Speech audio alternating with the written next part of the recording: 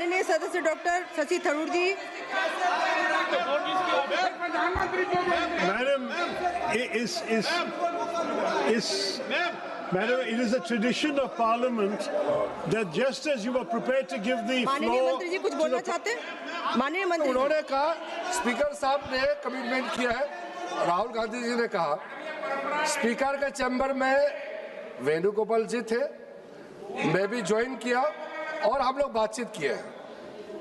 मैं इस चीज का पुष्टि करना चाहता हूं कि स्पीकर साहब ने पहल किया था कि अगर सब मान जाए तो सदन चलना चाहिए, और वेणुगोपाल जी की ओर से भी कहा गया है कि हम अपने लीडर ऑफ अपोजिशन से कुछ बुलवाना चाहते हैं, लेकिन उससे पहले हमने ये बात तय किया कि अगर क्या विषय में आप बात करेंगे, अगर स्पीकर के ऊपर एलिगेशन लगाएंगे तो स्पीकर का भी जवाब होगा।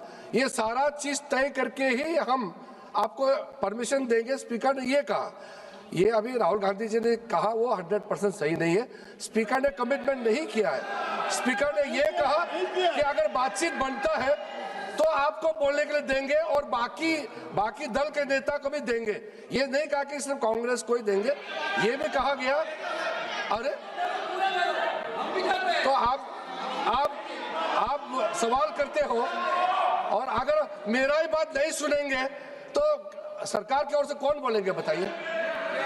आप बोलना चाहते हैं, हम तो हमेशा आपसे बातचीत करने के लिए तैयार रहते हैं, हमारा कोई प्रॉब्लम नहीं है, लेकिन आप लोग कुछ ऐसा काम मत कीजिए जिससे सदन का गरिमा गिरे, ये हमारा अनुरोध है।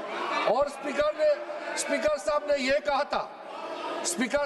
कहा था अगर बात बन जाता है, सब आपस में तालमेल हो करके बात बन जाता है, हाउस शांति से चलना है, तो उससे पहले लीडर ऑफ अपोजिशन, फिर हमारे जो बाकी दल के नेता है उनके ओर से भी सुनेंगे और मैं भी सरकार का पक्ष रखूंगा, ये बात हुआ था।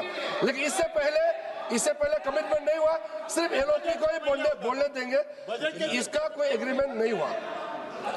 माननीय सदस्यगण, अगर आप केंद्रीय बजट पर चर्चा चाहते हैं, नहीं, कोई विषय नहीं है। माननीय अध्यक्ष मोदी जी ने जैसी व्यवस्था की है, प्लीज आप। जैसे कि मैं सो रहा हूँ तो पिताजी को जगाना है मुझे, तो वो डायरेक्ट उठाने के बजाय, और हिंसा की परंपरा मेरे यहाँ नहीं थी सौभाग्य से, तो वो क्या करते थे कि उस कमरे में आ जाएंगे या बाहर से गुजरेंगे और चौपाई बोलेंगे, प्रात काल उठ के रघुनाथा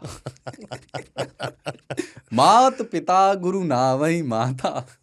कभी कभी मैं गुस्से में उठ करके अरे पापा चरण स्पर्श किया और सो गया, उनका अब मत उठाना।